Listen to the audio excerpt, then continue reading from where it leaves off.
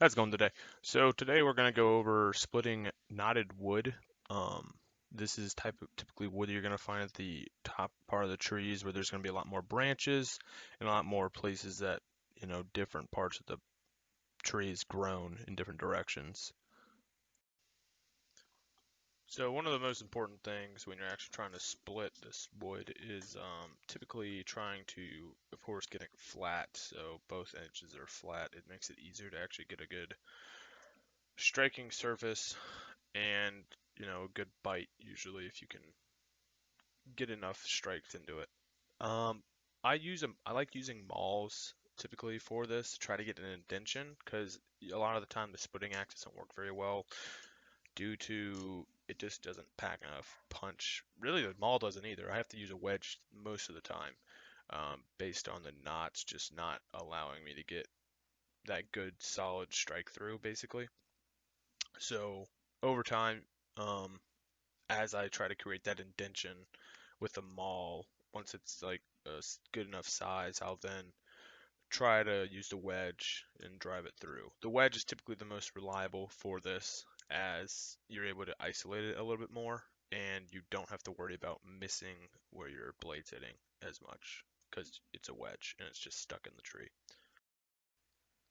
After actually cutting the log or splitting it, it's gonna take more than just a splitting axe typically to actually keep cutting it, even after getting a good amount of it taken apart. Because even that small log that I was dealing with right there, it takes me many more swings and hits than it would like a normal log. It's 3 times its size without any knots, just in the way that the wood is bound together through the knots and it's nothing like a normal like log just because of all those different grooves that kind of hold them together like Legos. One of the telltale signs that you're actually splitting wood that probably has a knot internally is when you're hitting it a lot, you're going to realize it's going to be a lot more springy. Um, you can kind of see this when I'm hitting with the splitting axe, it just bounces right off. That also could be because of the less weight of the splitting axe, but I see that a lot more with wood that's knotted than I do with unknotted wood.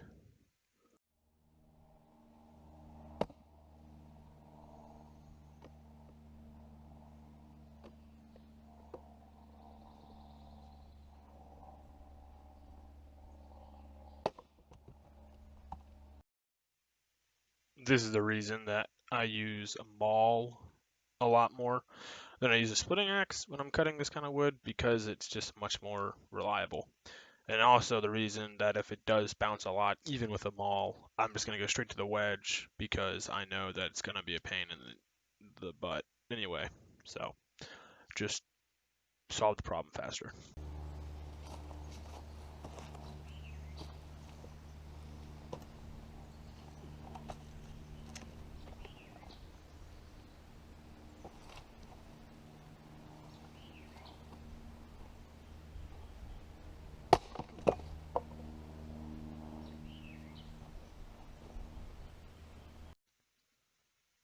So when you're splitting the knotted wood, occasionally you're going to have a problem where it's going to be leaning heavily on one side. This is pretty normal, honestly.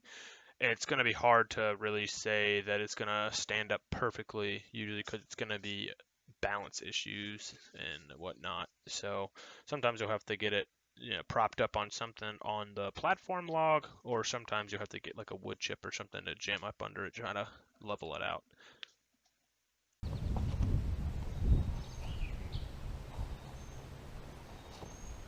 Nope.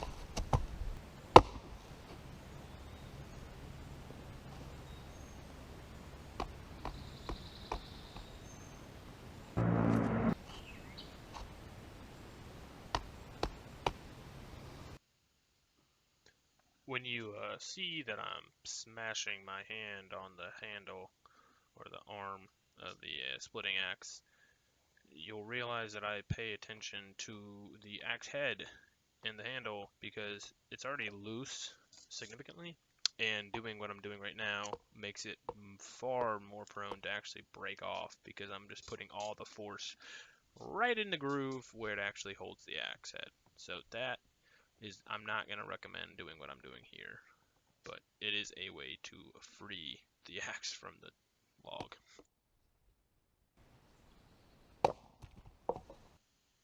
What you saw me doing after actually getting it free from that log is trying to smash the axe head back into place without smashing the axe head.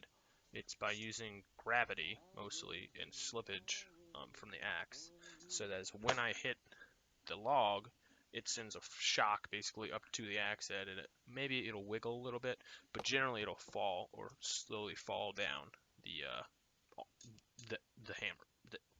Yep, words.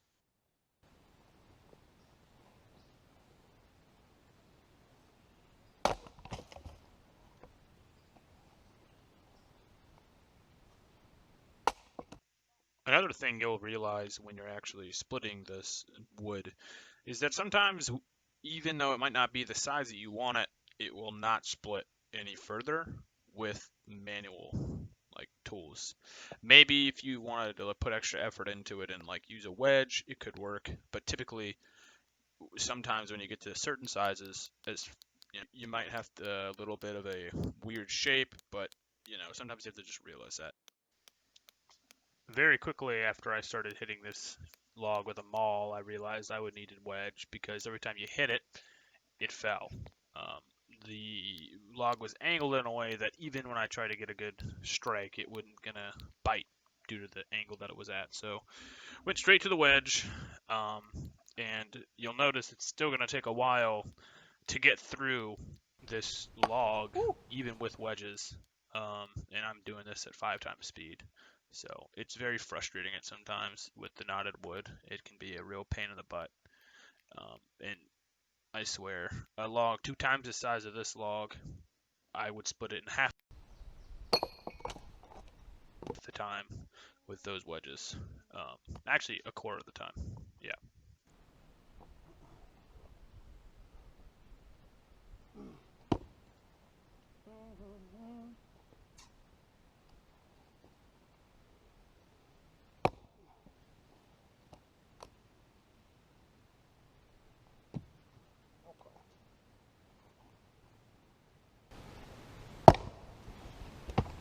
Holy shnikes.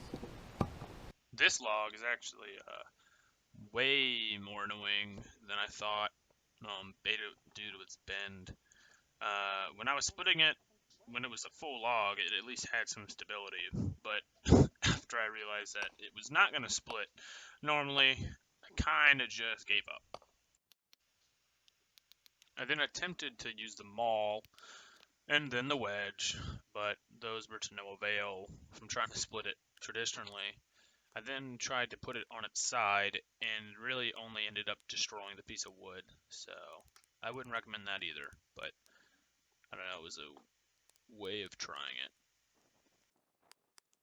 Quickly realized that I wouldn't be able to actually split this log, and I kind of just threw it to the side, as I know that we're supposed to be getting our neighbor's splitter sometime soon. So I just put it to the side and I'll split it with the actual splitter and I'll work on something different. The same thing goes for this log, as immediately as I hit it, I realized it was going to take the same amount of effort to get absolutely nowhere.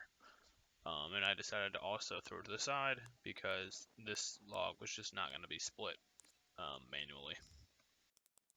In the end, with most of these logs that are knotted, it's going to take a lot more time to split it manually. I would recommend just using a pneumatic / like a motorized splitter, as that's going to be a lot more effective and actually be able to make a difference when you're trying to split the wood that's going to be a pain to balance.